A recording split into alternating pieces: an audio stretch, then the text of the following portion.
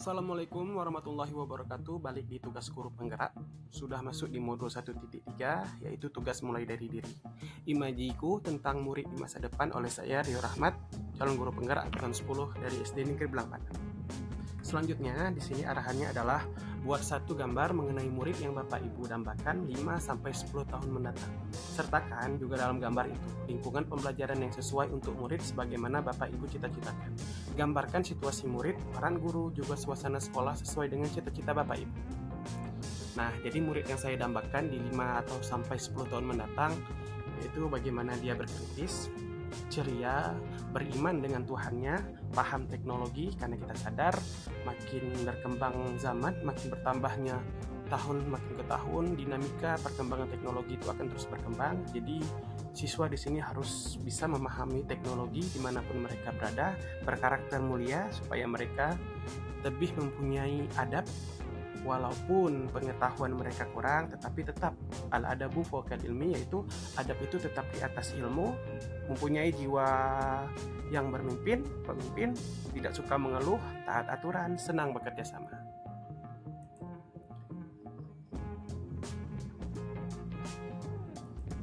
Selanjutnya, lingkungan pembelajaran yang sesuai untuk murid sebagaimana saya cita-citakan, yaitu di lingkungan sekolah.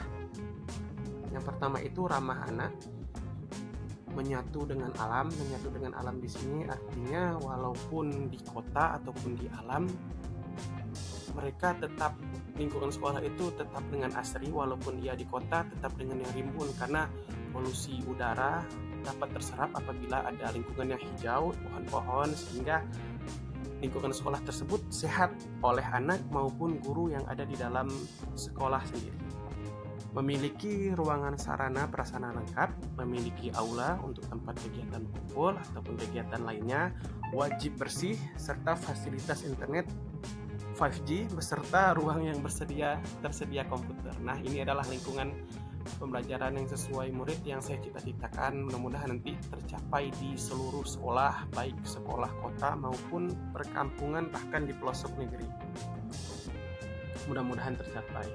Jadi situasi murid, peran guru, juga suasana sekolah sesuai dengan cita-cita saya, yaitu di sini yang pertama, guru itu harus menuntun murid sesuai kodrat zaman dan kodrat alam si murid, karena kita sadari perbedaan letak geografis, perbedaan tempat tinggal, perbedaan kondisi ekonomi, kondisi orang tua, sosial maupun budaya, itu menyebabkan pengetahuan, perkembangan yang ada dimiliki peserta didik itu pasti berbeda-beda. Jadi guru di sini harus bisa menuntun serta beradaptasi dengan baik dengan keadaan, kodrat zaman dan kodrat alam dari si murid.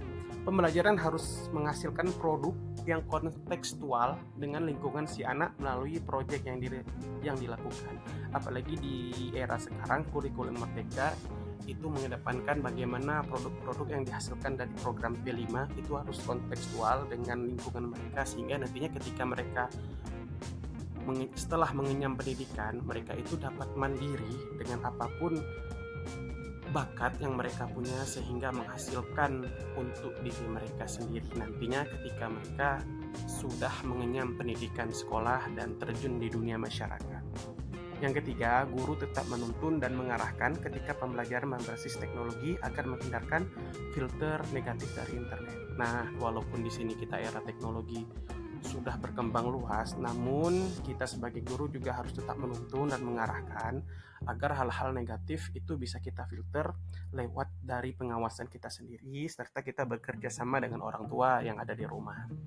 Yang keempat, pembelajaran itu juga harus di luar kelas, tidak monoton hanya di dalam kelas. Nah, di sini peran pendidik ataupun guru itu harus juga sadar bahwasannya tidak selalu di dalam kelas, namun juga harus dalam kelas. Artinya guru harus paham, harus dapat menyesuaikan materi, paham dengan materinya, sehingga mau di dalam kelas, mau di luar kelas, guru dan murid dapat melakukan proses kegiatan belajar mengajar secara efektif.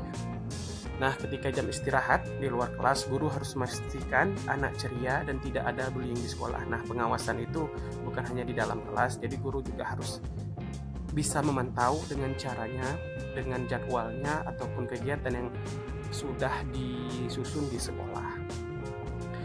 Yang terakhir itu guru harus memastikan potensi bakat murid dapat sesuai dengan bakat yang dimilikinya ketika memasuki tahap masa kelulusan. Nah, ini adalah proses akhir yang penting sehingga nanti di pertengahan perjalanan ketika ada murid yang sudah lanjut kuliah tidak ada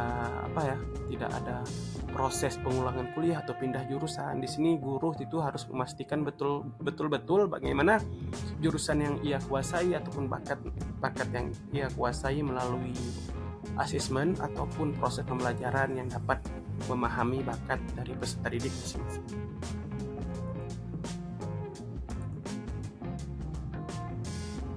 Nah, jadi yang saya mimpikan yaitu saya mimpikan murid-murid yang mempunyai karakter positif sehingga mampu menerapkan nilai profil Pancasila yang selalu dituntun di sekolah. Saya percaya bahwa murid adalah generasi penerus bangsa. Di sekolah saya mengutamakan kolaborasi dengan sesama rekan guru maupun kepala sekolah agar iklim kegiatan pembelajaran dapat tersusun dan terkonsep dengan baik. Murid di sekolah saya sadar betul bahwa nilai-nilai pendidikan karakter maupun kegiatan pembelajaran yang dijalankan di sekolah maupun aturan yang ditetapkan merupakan bentuk kasih sayang dan hal yang harus mereka jalankan. Yang kelima, saya dan guru lain di sekolah, saya yakin untuk menjalankan visi dan misi sekolah akan terciptanya pembelajaran yang berpihak pada murid.